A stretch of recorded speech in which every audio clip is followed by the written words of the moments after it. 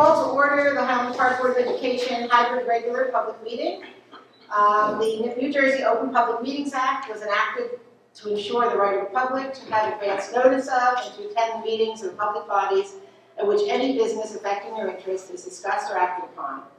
In compliance with the Open Public Meetings Act, the Highland Park Board of Education has caused notice of this meeting, setting forth the time, date, and location to be submitted for publication to the Home News Tribune and Star Ledger, and posted on the board's website at least 48 hours in advance of this meeting. Members of the public who wish to address the board will be given the opportunity to do so before the board adjourns for the evening. We have a roll call. Mr. Beatty? Ms. Casalden? Here. Dr. Coleman? Dr. Coleman? Say Roll here. call, say here. Here. Ms. Gowan? Here. Ms. McFadden DiNicola? Ms. Cruz? Here. Mr. Roslevich? Here. Ms. Vardaman? Ms. Voorhees? Here. Okay, we are going to recess executive session. Be it resolved, pursuant to the Sunshine Act NJSA 10:4-12 and 13, the Highland Park Board of Education will now meet in its closed session to discuss matters related to HIB and student discipline. These exemptions are permitted to be discussed in closed session in accordance with the NJSA 10:4-13. Information regarding the board's closed session discussion will be disclosed to the public as soon as the need for confidentiality no longer exists. Okay, so I make a motion that we recess to executive session. Second. All in favor? Aye. Okay. Okay, resolve that we reconvene to regular session. For a second. Second. All in favor? Aye. Pledge of allegiance. I pledge allegiance to the flag of the United States of America and to the republic for which it stands, one nation, under God, indivisible, with liberty and justice for all.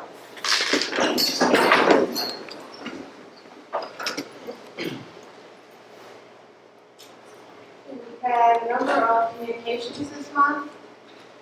From Abby urging community matters, summer childcare, gap for pre-K. We had comment from an email from Angela Highland about people identifying their address for public comment. We told Daniel about our paperless, issues of being paperless. We had a number of emails related to school start times, particularly regarding school start times, and the data on tardies and reconsideration start times. So we do need to approve minutes. We have minutes here of the hybrid regular public meeting and executive session from November 6th, November 20th, and the hybrid special voting workshop meeting of December 4th. So I move that we approve all those minutes. Second. Roll call for that? Ms. Casalden? Yes. Dr. Coleman? Yes. Ms. McGowan? Yes. Ms. Cruz? Yes. Mr. Roslevich? Yes. Ms. Vardaman? Yes. Ms. Voorhees? Yes. Okay, our student representative reports.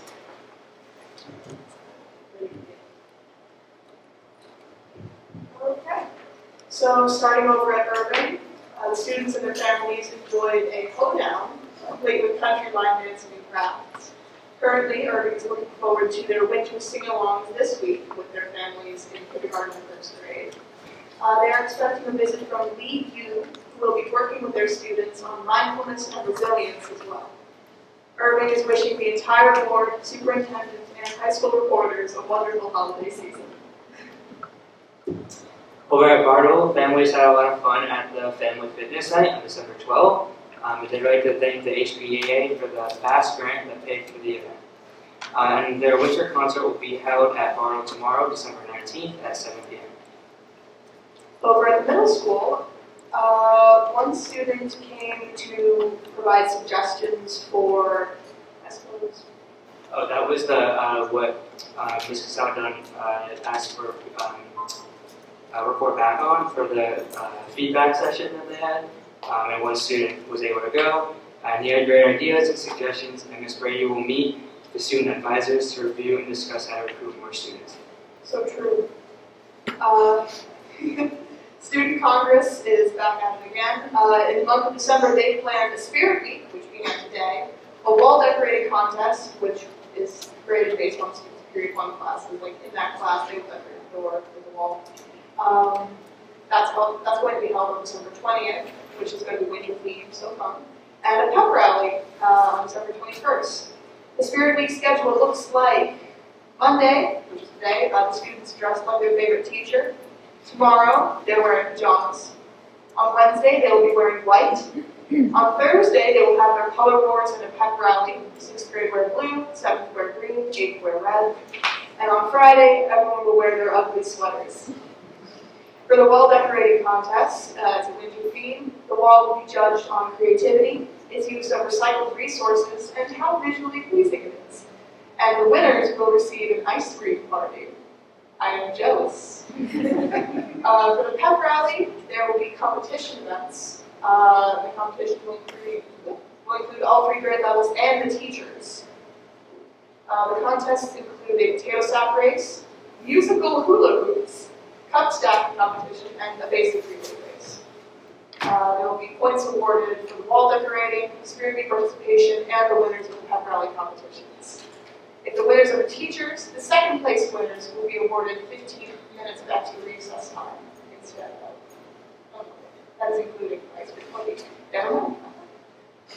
Over at the high school, the Red Cross Club had a successful blood drive on December 8th with 34 donations, and the club plans to host another drive in March. They encourage the community to sign up for the drive then if they didn't get the chance to on December 8th. They'd like to thank your school community for the efforts to support this important service. HP DECA held workshops last Friday in the middle school English classes on writing letters to the holiday elf, where each letter written gave $1 to the Make-A-Wish Foundation. HP DECA is also proud to announce that they have qualified for the Thrive workshops at the national level and will be able to send 2 students to the workshops held this year in Anaheim, California. Continuing with the high school, we're not done yet. The high school music department's winter concert will be held this Thursday in the high school auditorium beginning at 7 p.m. The concert will showcase the combined efforts of the band, orchestra, and choir students this first semester. Admission is free, so consider turning out to support our musicians. Also, an update on the production of Puffs that was 2 weeks ago now? Oh my gosh, 2 weeks ago. It is officially the most profitable play in the recent memory of the club, making over $6,000, most of which will be reinvested into the upcoming musical Footloose. Ooh, Footloose. Also, it's class spotlight time. This week, we will be focusing on the high school's Introduction to Music Theory course.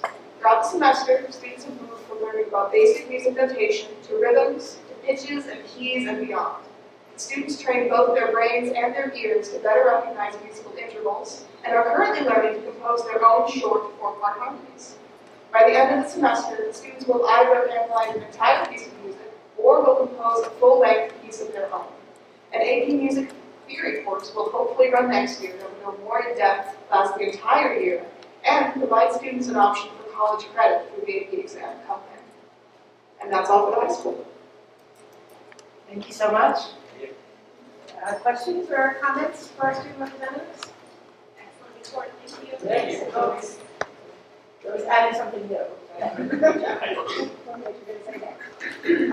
Okay, we're going to move on to our superintendent's report.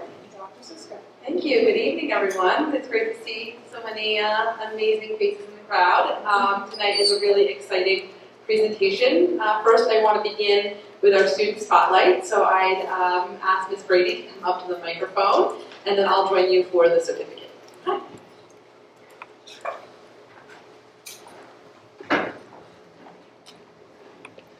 Good evening, everybody.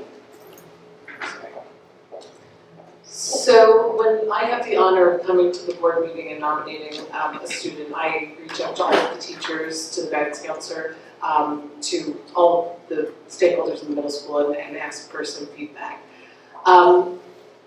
This time, there was not even a hesitation. Unanimously, the teachers wanted Eileen one. to have her showcased at this meeting. So I'm very honored to be here tonight to read what the teachers said about you, because you 100% deserve this without question. So I wanted to just say that before I started.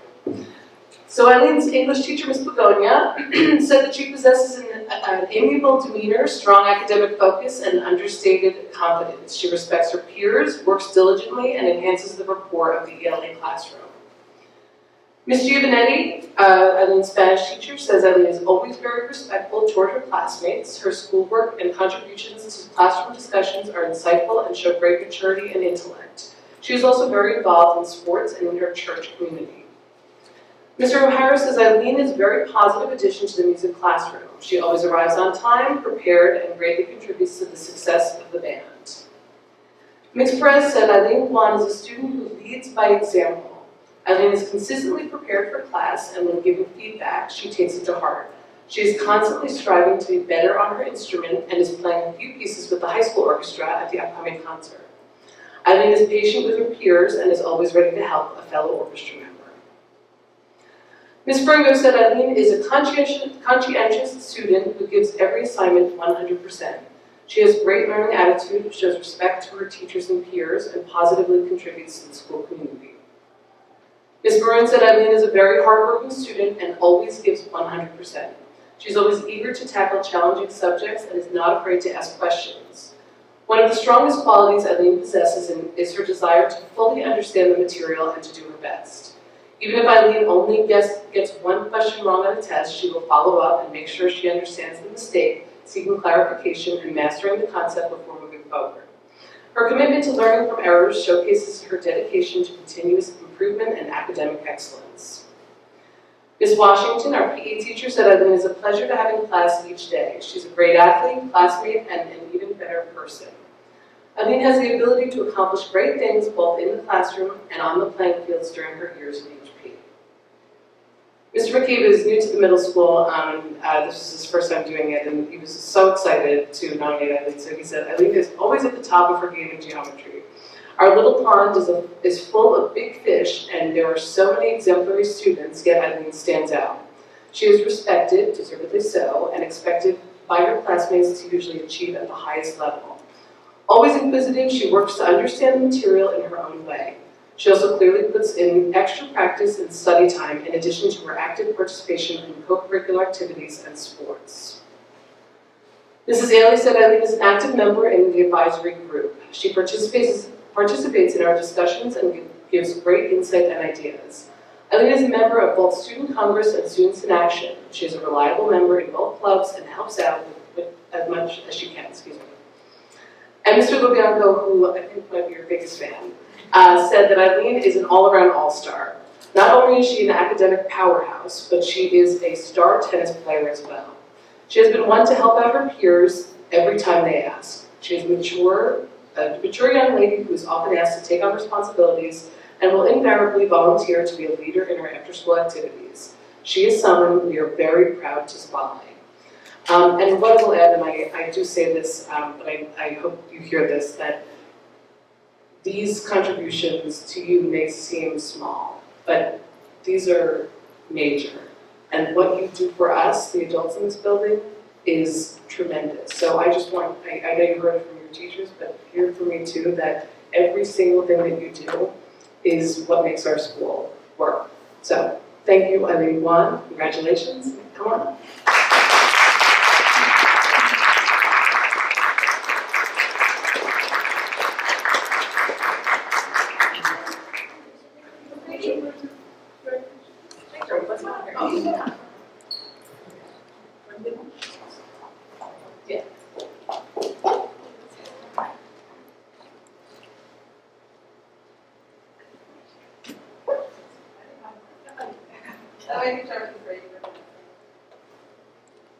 Thank you.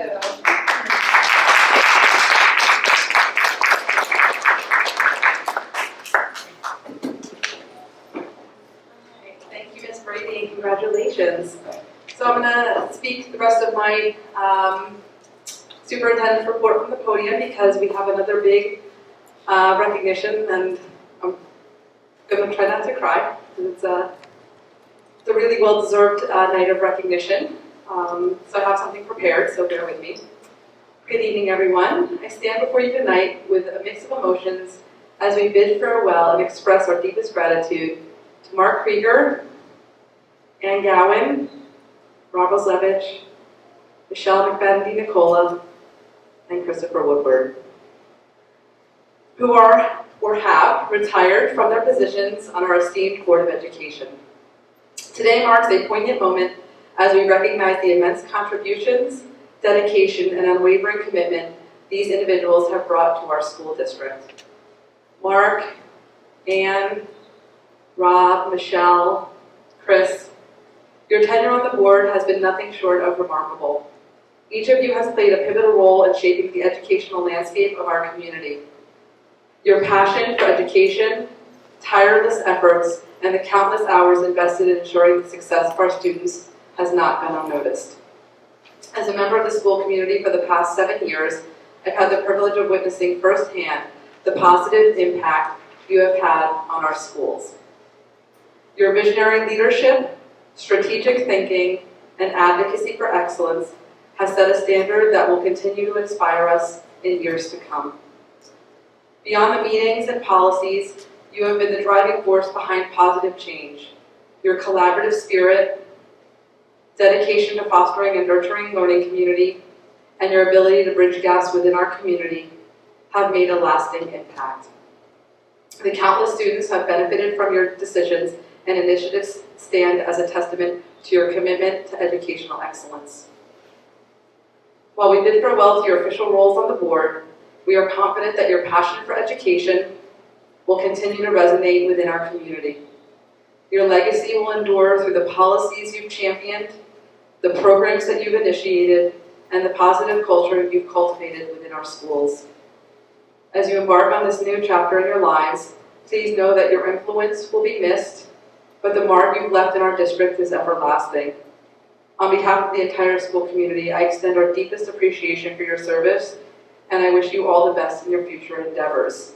I also wanted to take a moment to thank your families, your partners, your children, your loved ones, your family, your friends. The amount of hours that our board members have to put into reading a lot, looking over a lot, and making some really tough decisions.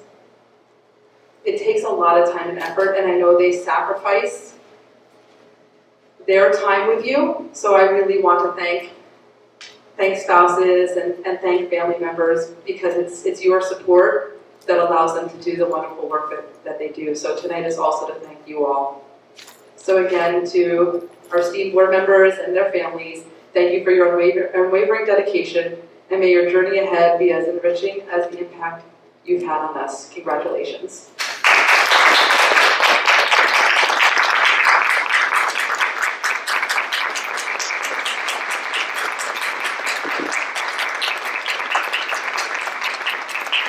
So I'd like to invite Mark, Ann, Rob, and Michelle, and Chris to come on up to get your plaques. And then I'm going to pass the microphone over to Marilyn to say a few words as well, and invite the other board members to speak.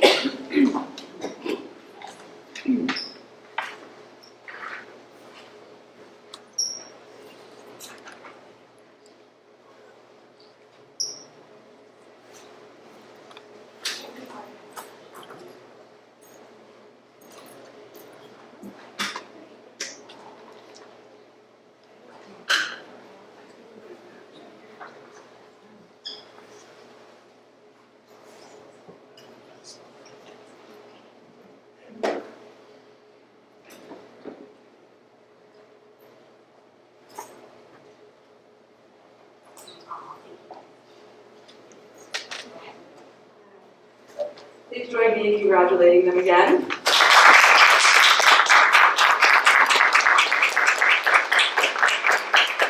I'd now like to have them remain standing and open up the floor to Marilyn to say a few words.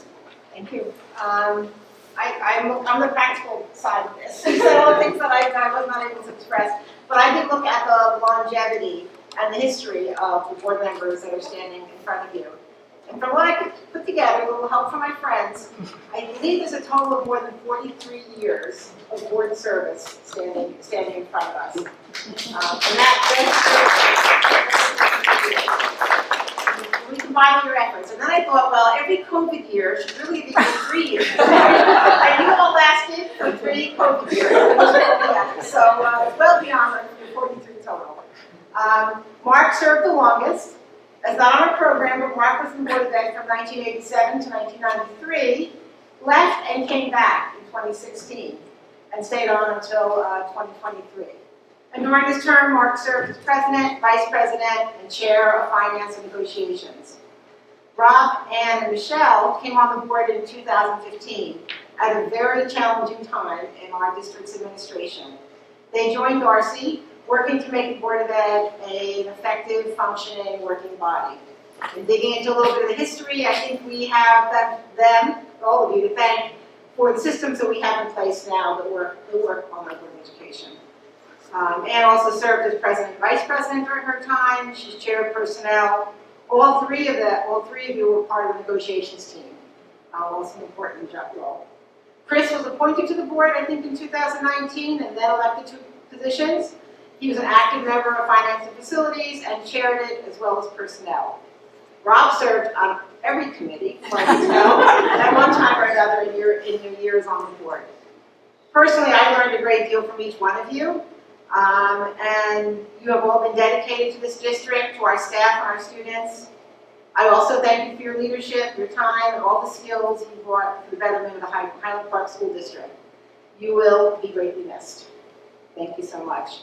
And I'll open it to any other board members that want to say a few words before we stop for pictures. No arguments or anything.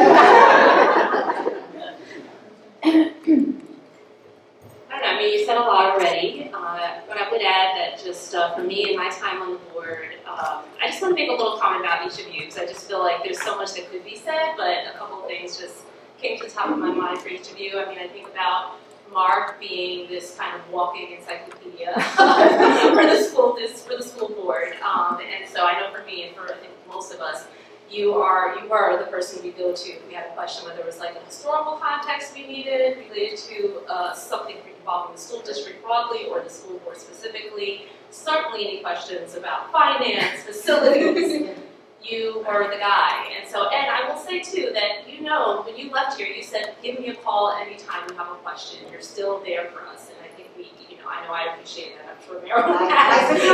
President. Don't tell me twice. Right, so you absolutely are leaving huge, or have already left huge shoes to fill. But I appreciate just the fact that you left, making us feel comfortable with the fact that we have new people coming on board that are really ready to kind of take up the charge. And no one can replace you, but we certainly will do the best that we can. So thank you so much, Mark.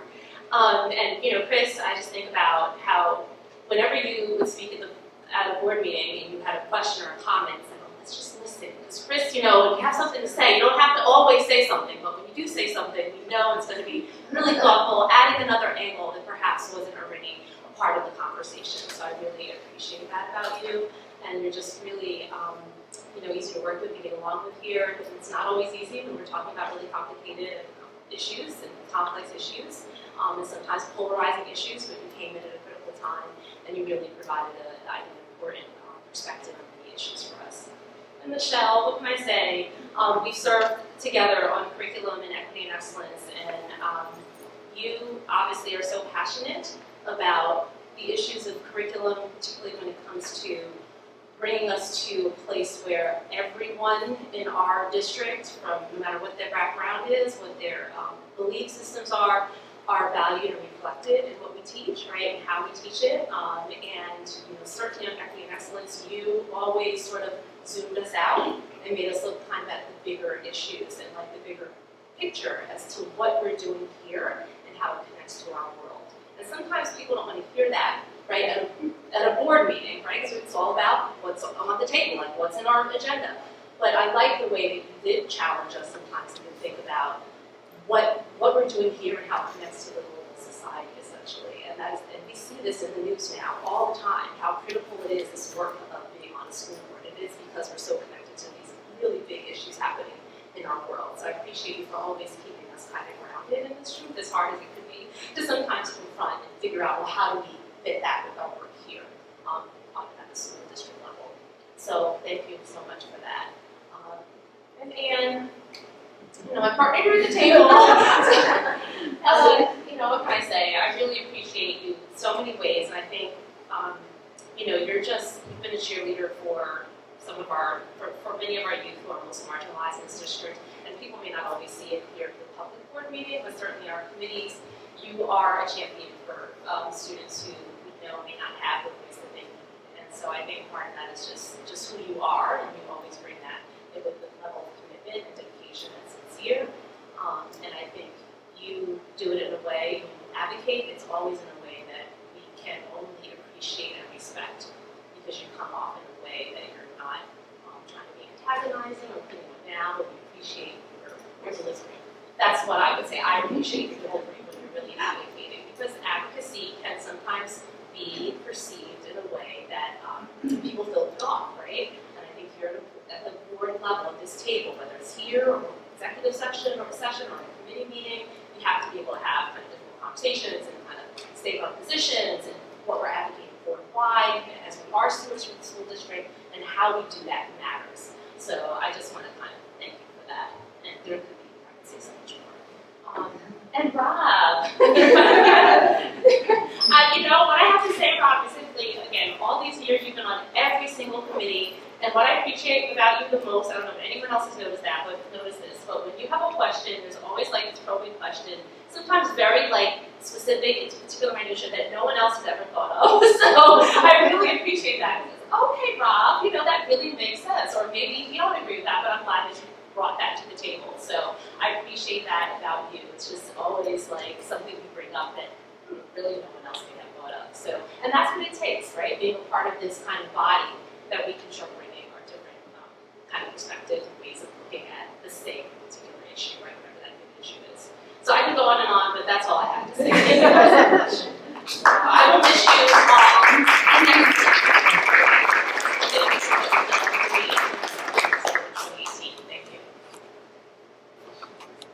Thank you. Yeah, so we're gonna, yeah, so anybody who is on Zoom, just give us a few minutes.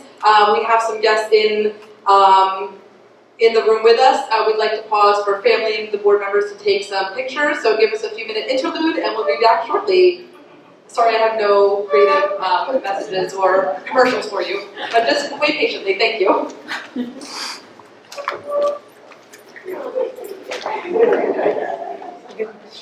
No, I just want to say.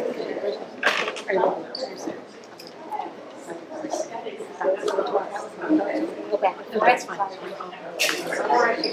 I know, picture please. Picture. So do picture first of the 5 and then we'll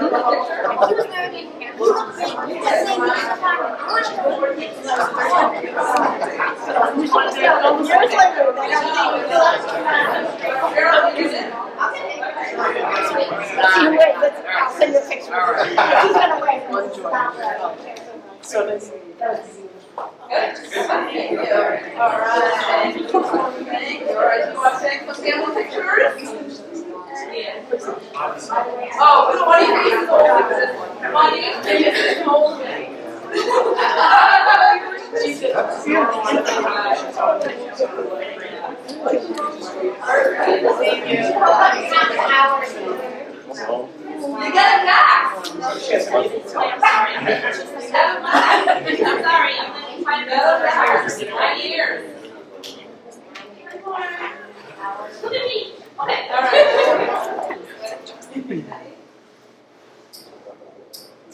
Thank you. So, man, we're all here at home. We're getting our tests and yeah, man, we got to go.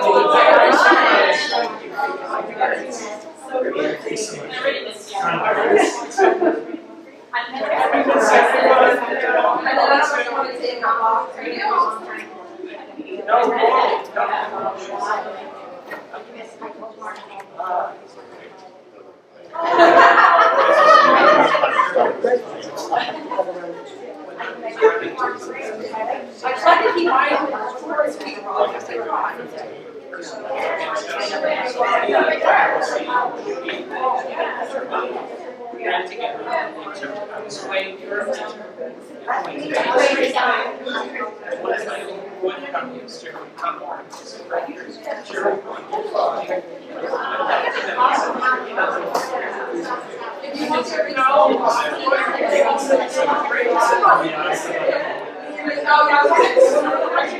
Thank you again.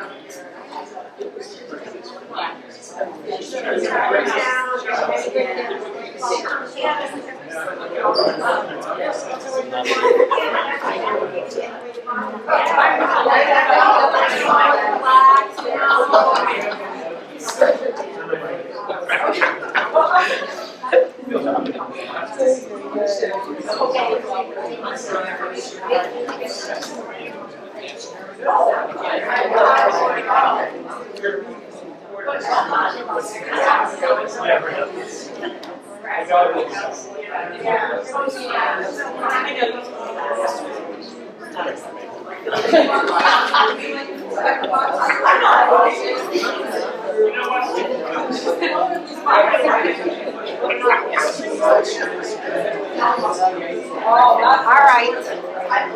Wait a minute, I was gonna be calm. Change of, change. All right.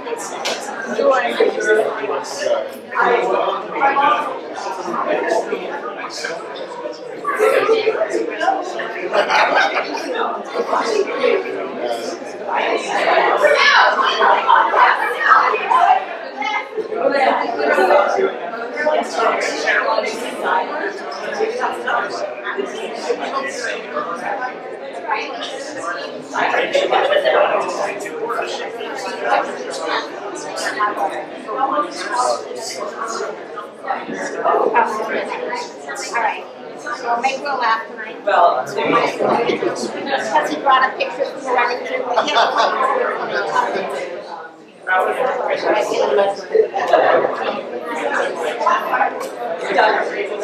Alright. reconvene. We're gonna reconvene. Sorry. On the party coordinates too. On the party starter and the party enterer. That's how it works today. You guys. Hi. All right. Thank you. Ms. Bruce, that completes my superintendent report. Thank you very much.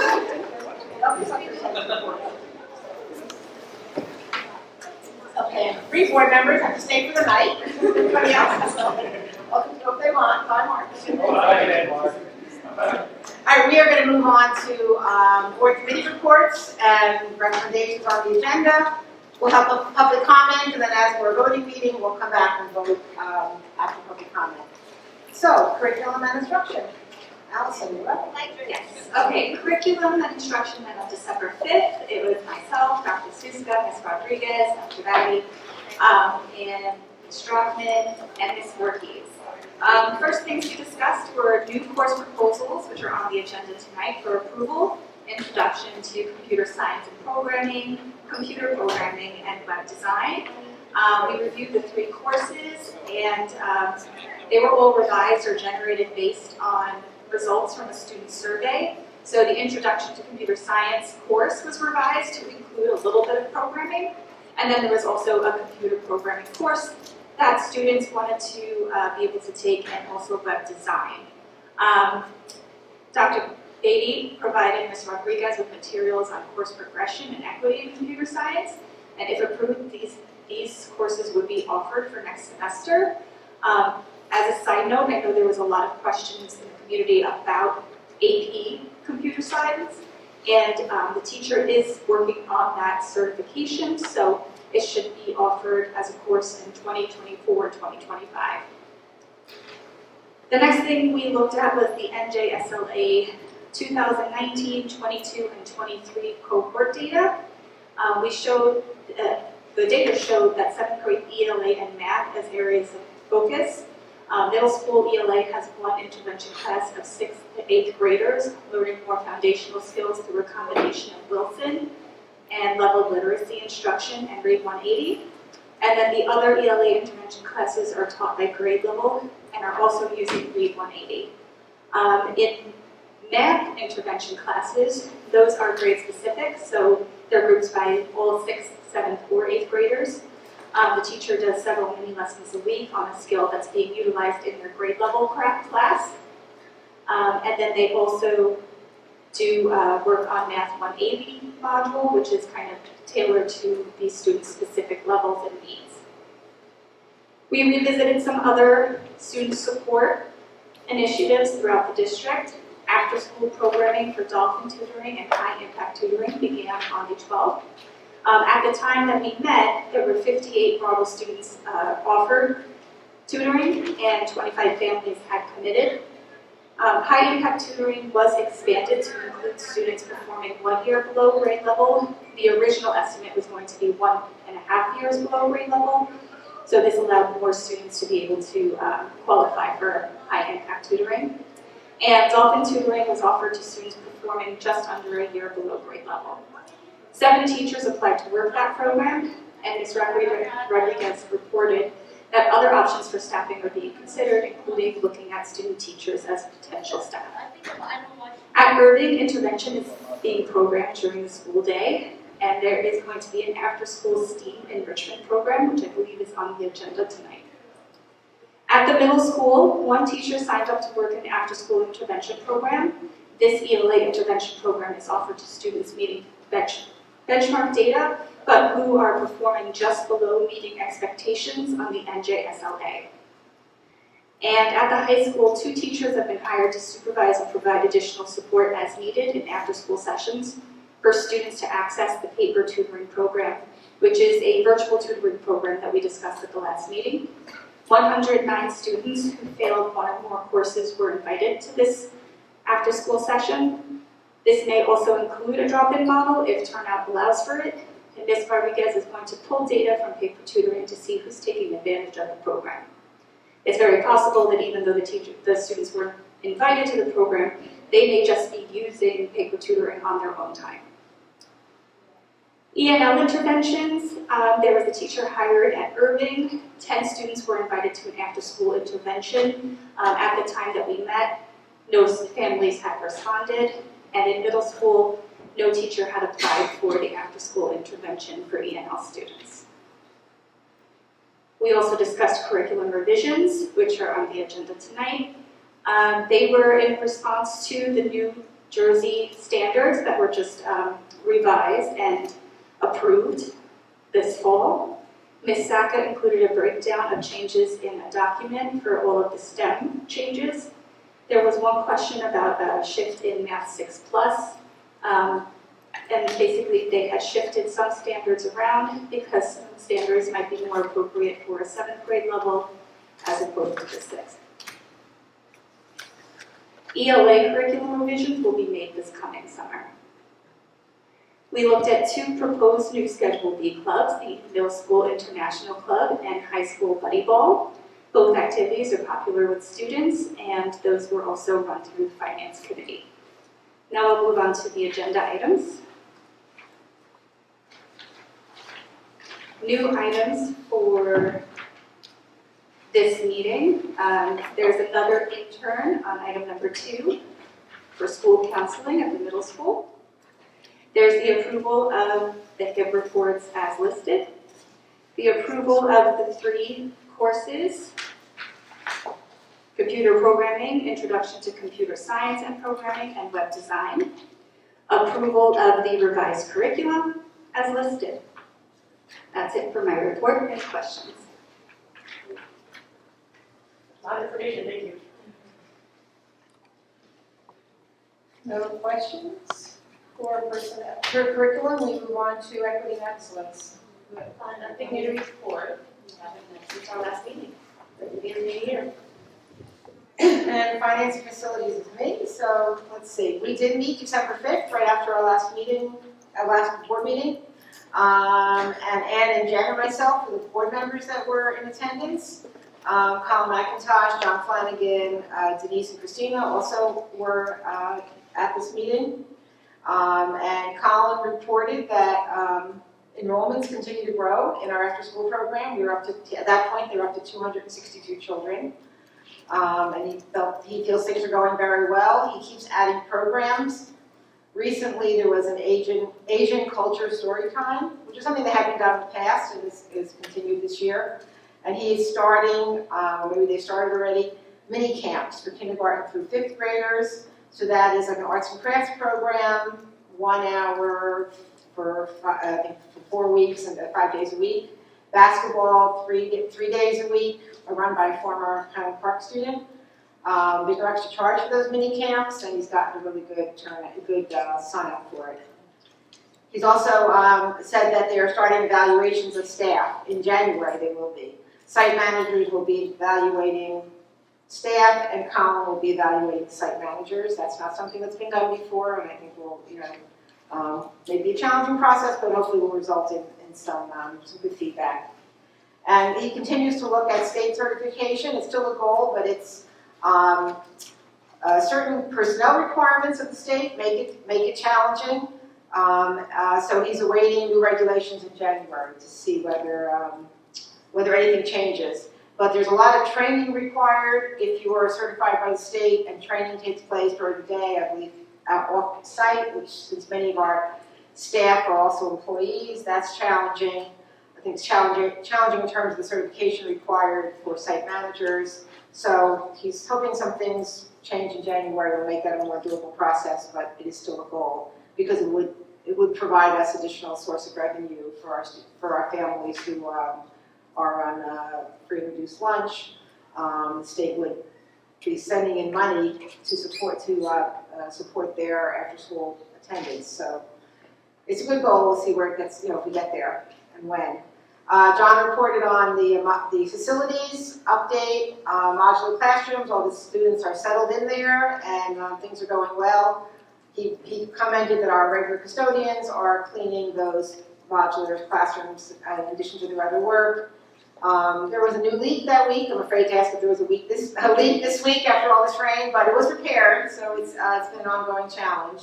At that point, he was working on getting speakers installed, so I don't know where we are getting ADT so that students in the modulars can hear the announcements and so forth. So that's something that he's working on. He was also working on fencing in the playground area at Bartle. And we had a discussion about black fencing versus chain link, and at that point, there were waiting proposals. So that will happen at some point. Just the modular classrooms, a reminder to board members to sign up if you'd like to get in on the tours that Dr. Sisko put out for early in January. So if you're able to sneak out of work for an hour to see the work of our pre-K teachers and the modulars, it would be awesome. So let me know that is planned for the beginning of January. And on the finance end, I think is on today's agenda, a change in the contract with ESS for our substitutes so that our rate will coincide with increases in minimum wage. So there's an increase in rates, which I think is on our agenda today. Also an RFP for the company that monitors compliance for maintenance and food services. That's on the agenda. We had a conversation about other professional contracts that we'll be approving or reapproving in January, about changing when those contracts begin and end. So those renewals will be on our rework meeting. We also have on the agenda today a couple of non-public school-related items, those are pass-through funds, not directly our funds, but we're required to have them on our agenda to vote. So there's a security contract, and includes actually personnel items as well, for non-public. We're also saying to Schedule B new clubs, and the policy for second read is on food services. So we discussed it last time. I guess the only additional comment that I put in the minutes was that we are currently $36,000 in arrears for lunches. At that point we were. And this policy and other policies say that we can't do more than send letters home, which is understandable. However, there's an impact to our audit when we have these outstanding funds, and it's sort of a catch-22. We can't collect them, or at least are easily to collect, and yet it impacts our budget because we have that opening there. I hope I explained that right. And those are the minutes, agenda items. Early, okay. We have a number of bill lists that are new for November 16th to November 30th. We have bill lists to approve also for December 1st through December 15th in the amount of $1,280,499. We have a cafeteria bill list for November of $77,130. We have the recommendation of the superintendent to approve the report of the treasurer of school monies as of October 31st. We also are looking to approve preliminary reports by Secretary of the Board of Education, certifying that we've not overextended any of our budgetary line items. And another preliminary finance report approval that is on our agenda. Also, ensuring that we are meeting all of our district's financial obligations. Just one short one. I bet you're going to get it too. We've got some budget transfers on here. We have the approval to close inactive petty cash accounts. It doesn't mean that there's not petty cash available for for the schools and the programs. It's just not through these TB bank accounts, which haven't been around in a while. Contractors for professional services. We have a consultant for K through 12 PE teachers, and material for the WAVES implementation. Remind me what WAVES is. I think I asked this last time. Christine, what's the WAVES? Oh, so that's, Science professional development for elementary Science, teachers. okay, science, sorry. on their waves unit. Okay. We also have a new contract with Peer Connect to do site visits and conduct coaching sessions at the middle and high school. Also a contract for literacy strategies consulting. Again, on-site coaching services and professional development. And Great Minds, PPC, also professional development for GEOs. I'm guessing that's science, yes? Yes. Okay. Oh, GEOs, yes, GEOs is ELA, as part of foundations. Okay, all right. We also have new items here, 2 out-of-district placements for Regional Day School and Review Academy, 2 students who need bedside instruction. We have that on our approval, our resolutions. An out-of-district tuition for a McKinney-Vento student, which that is a student who is displaced. A change in our ESEA grant amendments, it's a change in the numbers here. An addendum to the contract for ESS, oh, that's the substitute teachers, paraprofessionals, they're on here as well. And this is the RFP process for somebody to oversee our custodial and food services, and that is Ed O'Kane, who's doing it now, and also there's his own proposal that came in that we'll be voting on today. And there's non-public security items that I mentioned. And the last one is approving a contract with weatherproofing technologies for slate roof repairs at the high school. Okay, questions on anything finance and facilities? No?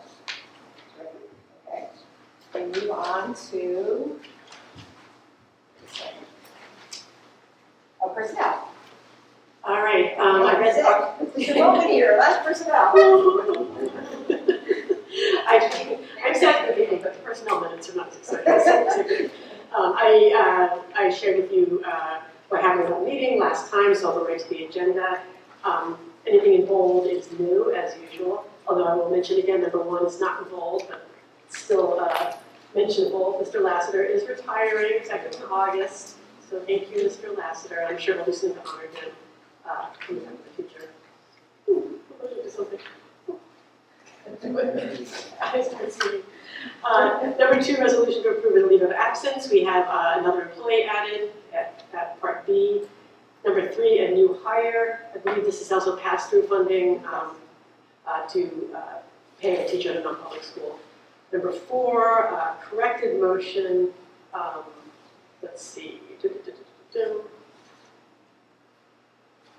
I'm not sure what the correction is, but the recommended action is to approve the approve payment to this staff person from the Art Esser Mental Health grant. And that is Ms. Yablonskaya. Let's see. Number 5, approval before after school staff. There's several new staff members listed. Number 6, let's see here. You'll see that there's a change in effective date for Rebecca Haley. And there's some changes in the amounts. They're called write-in items. So let's see. Ms. Ailey, excuse me. So gorgeous. I think I can get through it. Maybe. Oh, my eyes just. Do you mind if I read number 6? What am I reading, 6? Yeah, we just Ms. Ailey's numbers. Okay, yep, so Ms. Ailey here, the corrected figures, student congress, 50% should be $596.42. Stearns, students in action, should be $731.97. And number 7, Janet Barnes is supposed to be at ELA 8, not MAG 8, ICR. Thank you so much. I feel that I've recovered. Okay, you did good. Okay. Wonderful. Okay, so number 7 is extra instructional assignments for certain teachers. Monique read the corrections to Ms. Barons.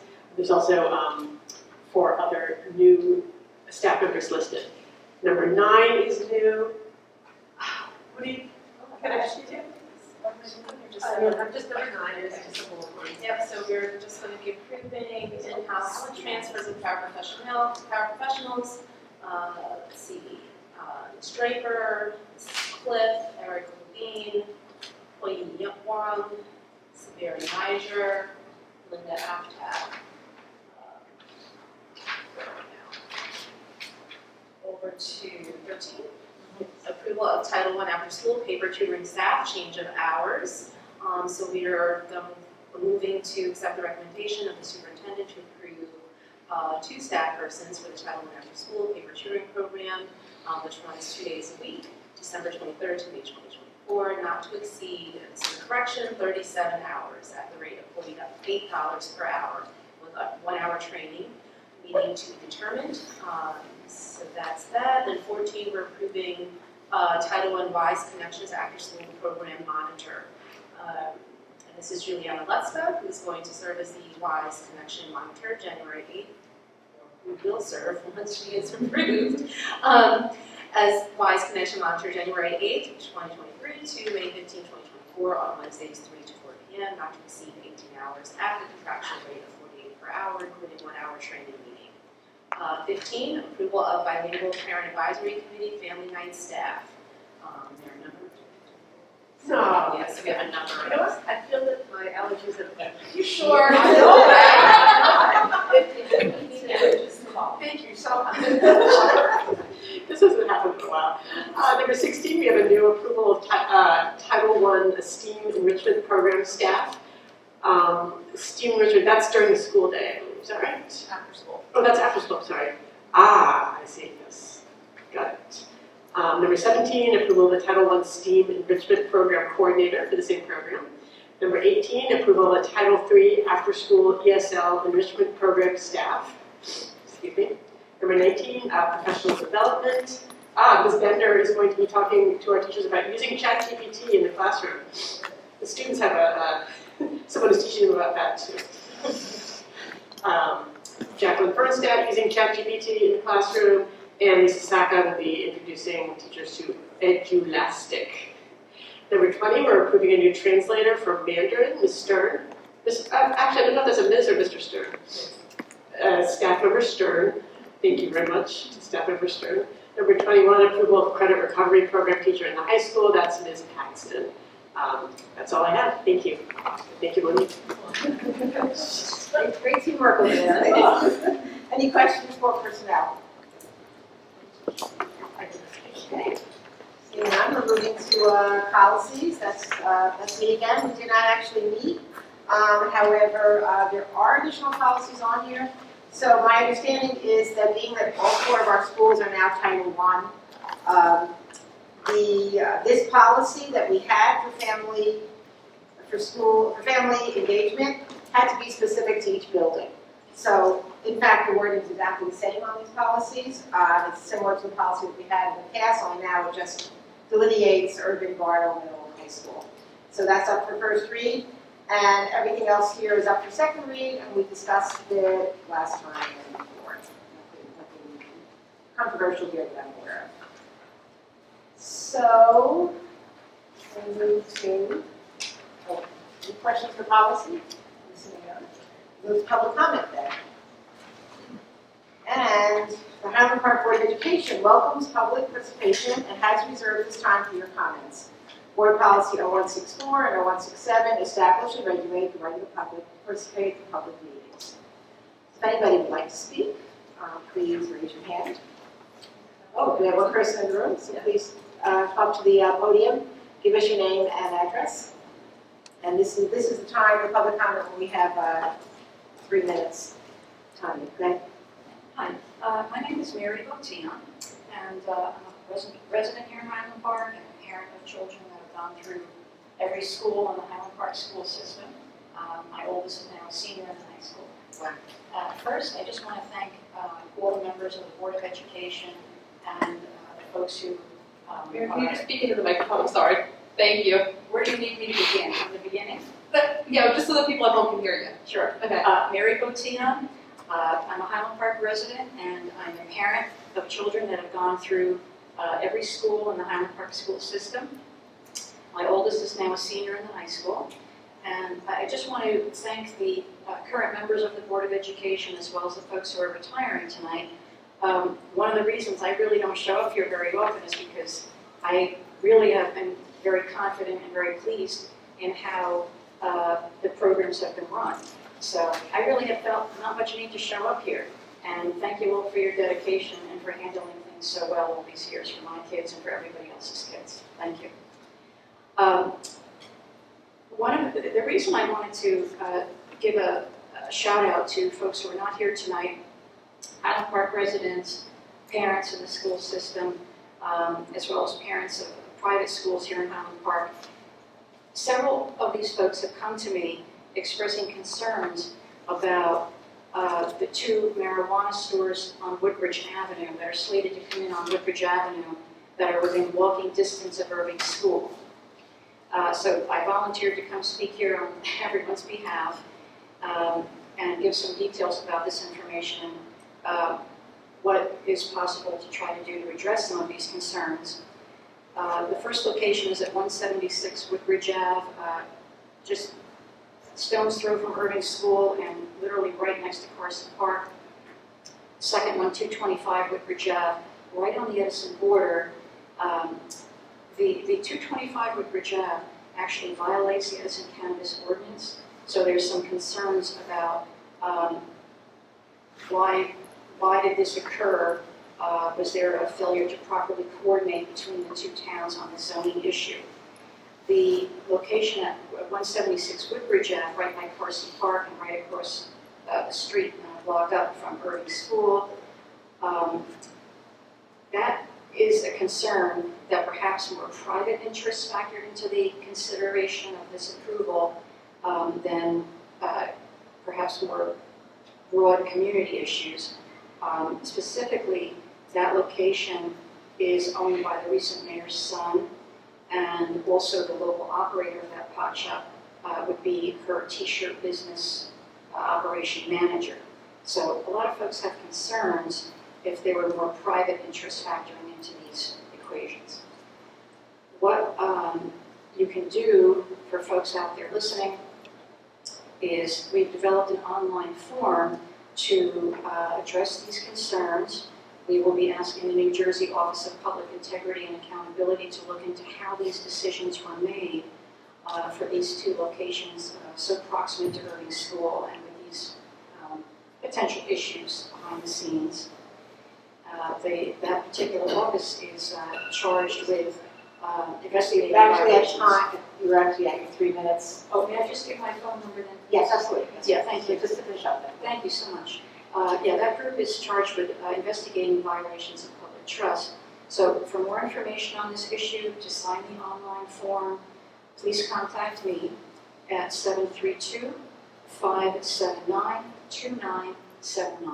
Yeah, thank you all so much. Thank you. Good night.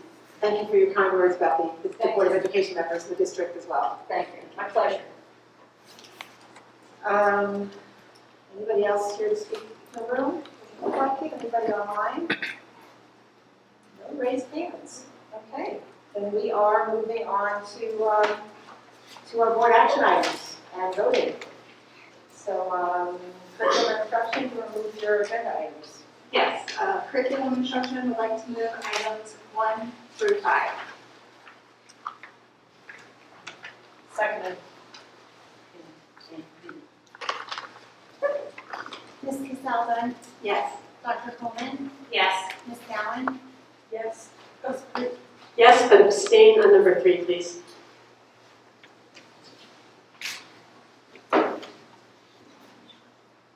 Ms. McFadden DiNicola? Yes.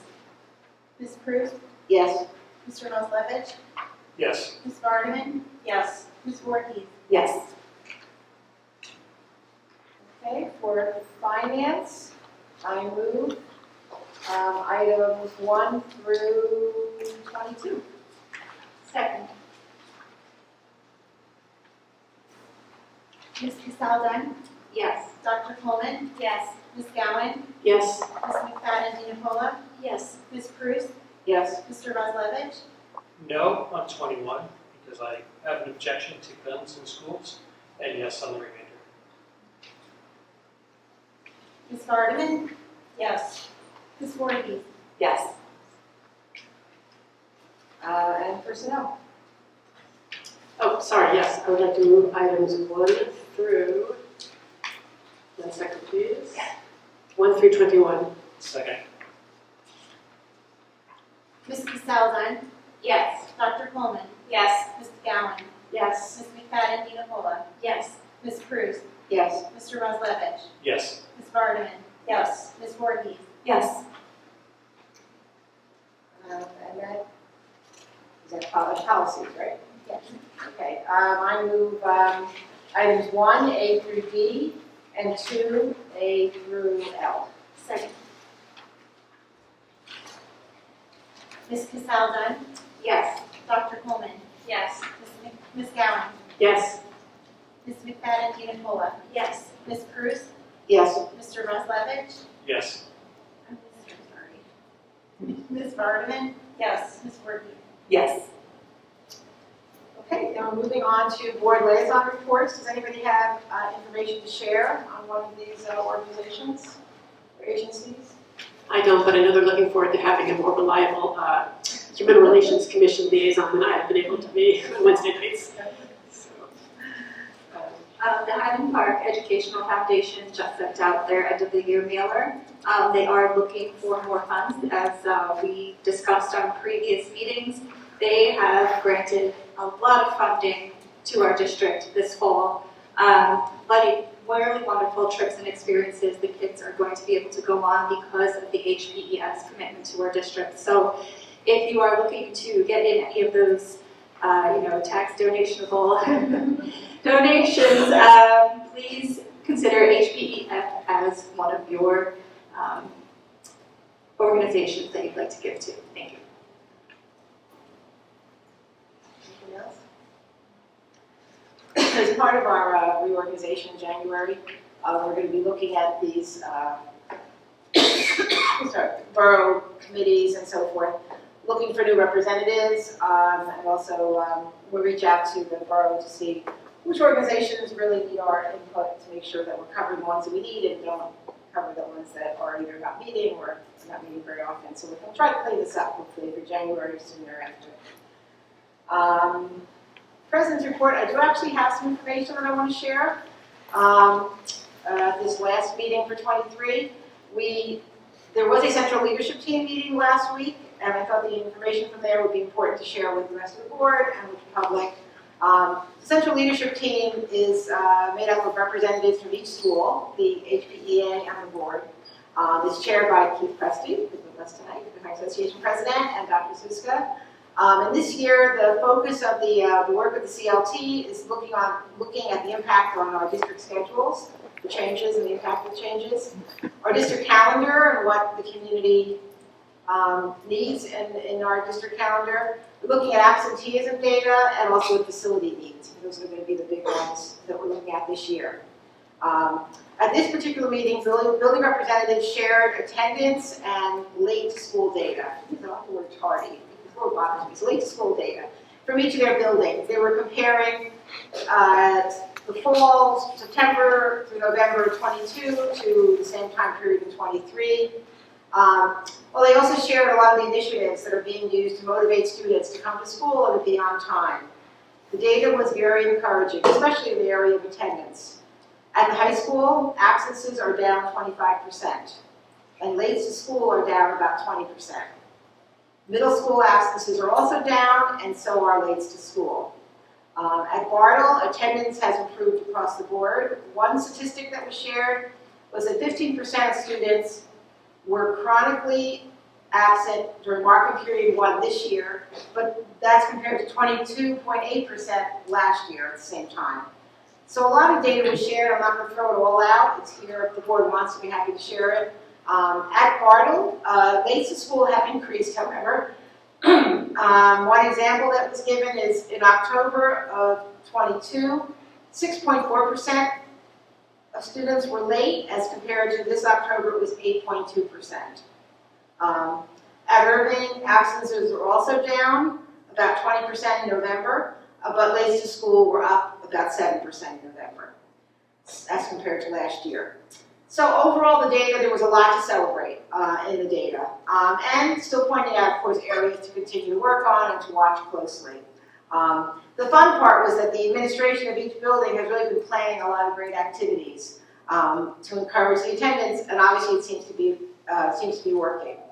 Mondays at Bartles, they have, I'll say it right, 10 dances where they're actually literally dancing in the halls to celebrate being in school on Monday morning.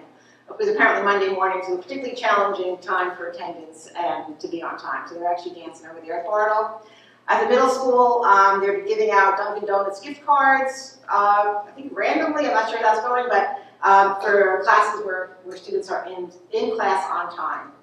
One member of the CLT reported that at Bartle, she saw students looking at a graph of attendance that was on the bulletin board and talking about what grade was doing better. So it seems to be like a lot of positive excitement generated through these activities.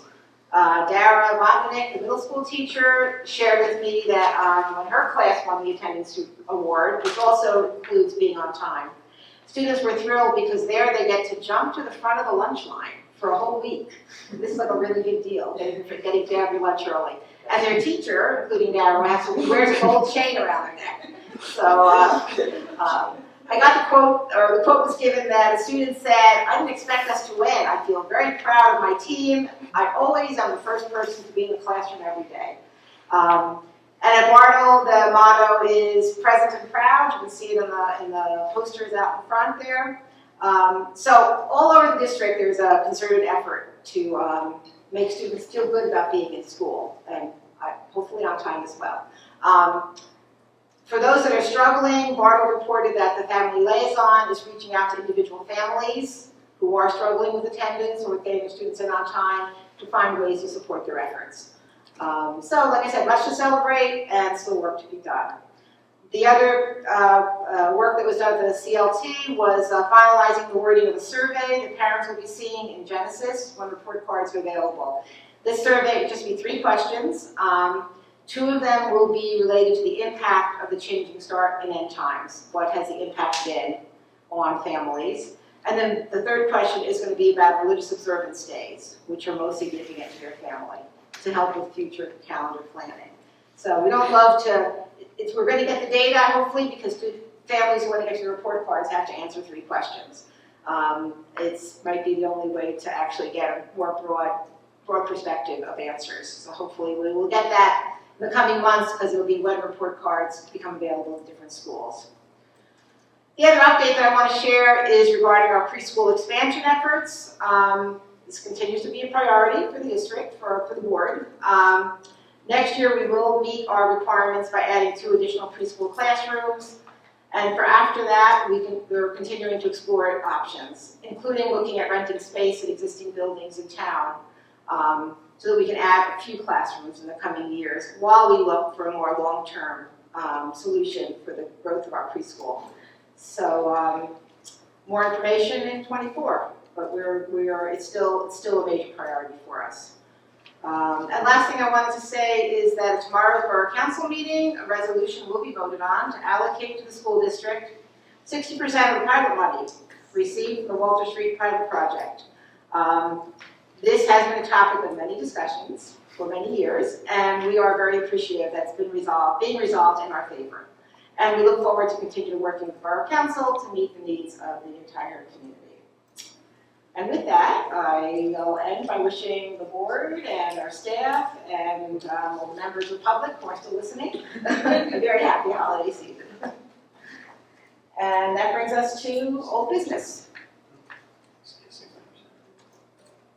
Go ahead, any old business or questions? Rob? So, I was looking at the resolution that the Yeah. town is passing. Yes. And there's one section of it that I find troubling, where they say, in consideration of the provision of school services to the occupants of the project within the redevelopment area. And I always thought of taxes and the payment of the taxes. You know, it's like, so the property taxes, if they're getting anything on the land value, you know, that money, the portion that goes towards the schools is for anyone. You know, I pay property taxes. I don't have kids in the school district anymore. And I'm more than happy that my money from my taxes goes towards the school district for educating students in perpetuity, you know, for the future. So this one sentence in here where it kind of sidling up to the idea that, well, we're paying for children within that redevelopment. You know, I find it troubling because I wonder, like, if there's some instance where they might say, well, there's only 2 kids in this redevelopment. Why should we pay 60%? You know, so, but I am ecstatic that this resolution is moving forward. Right. You know, it's just, yeah, and I It is for this individual project, and maybe that's what we're working with, I don't know the answer. Right. But it's clear that it's for this project, future projects will be, get up for discussion. We'll have to do this One step at a again. time. Yep. You know, and it's like, I think the next step would be for us to work with the town to have a resolution where it goes, you know what, we're not gonna do this with every single project.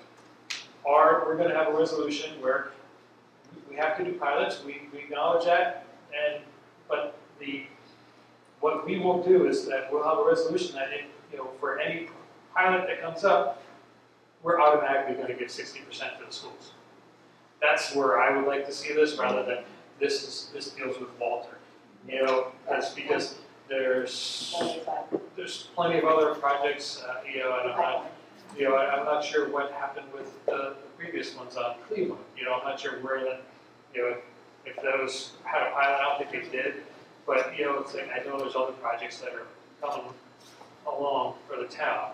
And I think that the Borough Council has been, the mayor in our meetings has been committed to working with us and talking and discussing things coming along the way. So we'll take that as the win for now and go into it with open eyes. Great, thank you. Anything else, Jen? Yeah, can we ask more about what you presented? It's your old business. I was just curious about the central leadership team looking into the school start times. Was that just to look at tardy and absence data? Or are we looking into kind of reimagining the start times in general for next year? Or was it just based on that data? Just that data?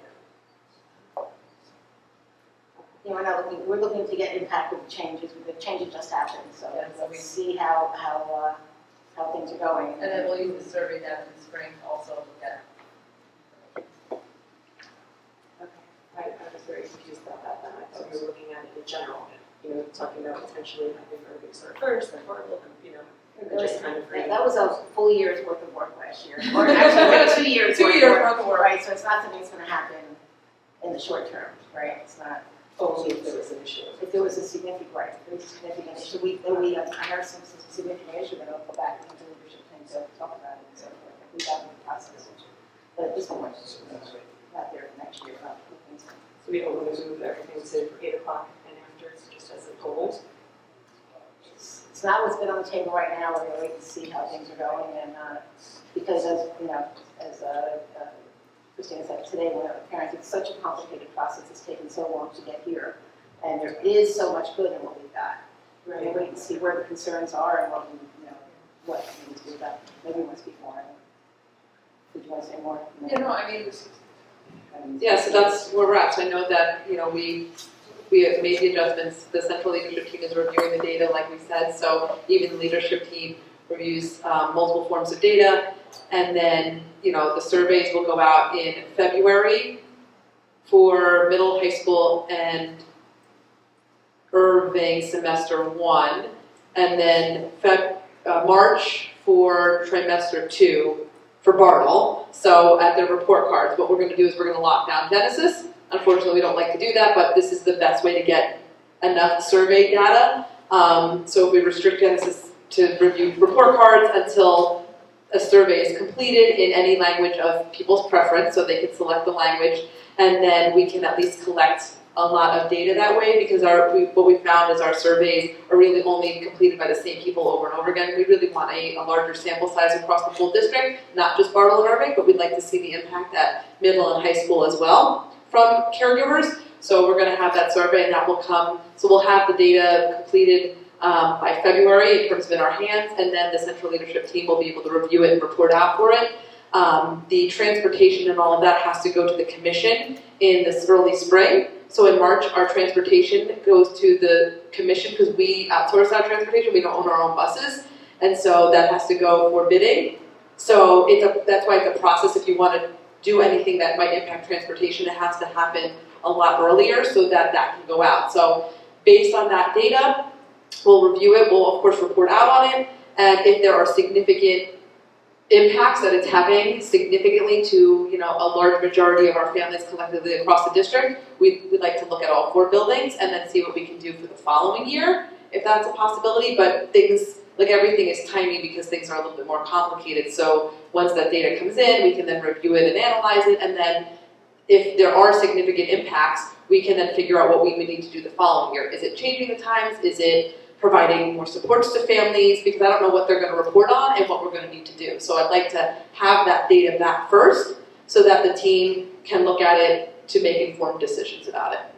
And in the meantime, month by month, we're looking at data that each building is dealing with. So far, it looks pretty good. Where there's concerns, they've obviously started to put in place things to, you know, to help families. But I guess I was just thinking of like the in general benefit of students starting a little bit later. I know that it's a huge benefit to teenagers and older, but I think in general it benefits all students to start a little bit later.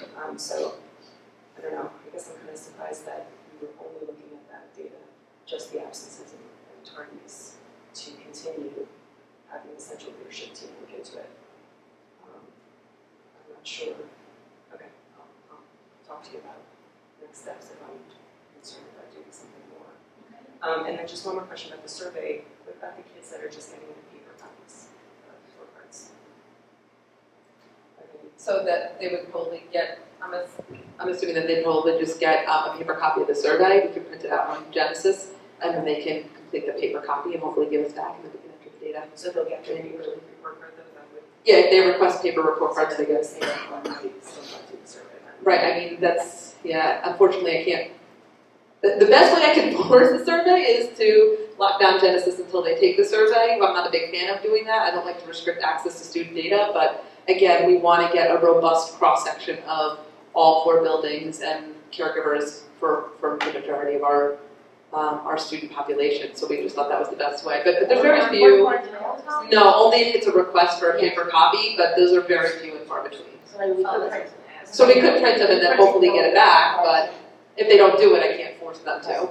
So Bartle, I think, is always sent home, isn't it? No, we haven't, no. Yeah, many years ago, we've changed over since Genesis is really robust and does everything online. All 4 buildings do everything online unless a paper copy is requested. It's the proper. Progress reports are sent home, yes, but report cards are Genesis. That's why we chose to do it for report cards, because that we can restrict. I have a question as well as to the data that you're looking at for, the central leadership team is looking at for absences and tardies. As far as I can tell, it sounds like you're comparing it to last year. Are we comparing any of this to 2019?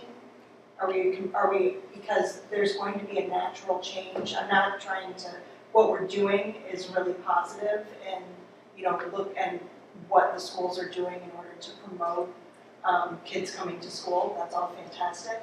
But comparing last year to this year, there's just natural changes in what's going on with people's sort of COVID tolerance and things like that. And so comparing this year's data to a pre-COVID year would actually, show us more information about how things are going. There's just some stuff that's going to be environmental, so that would be an interesting thing to look at. Yeah. Yeah, 2019, or the fall of 2019. Yeah. You have a few months, you have 6 months of data from the 2019-2020 year.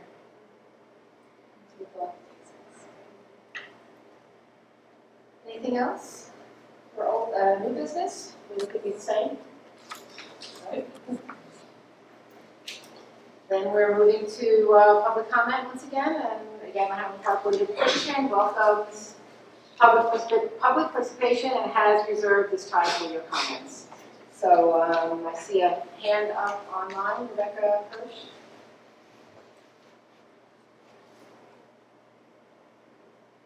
Hi, can you hear me? Yes. Yes, we can. Oh, hi, Rebecca Hirsch.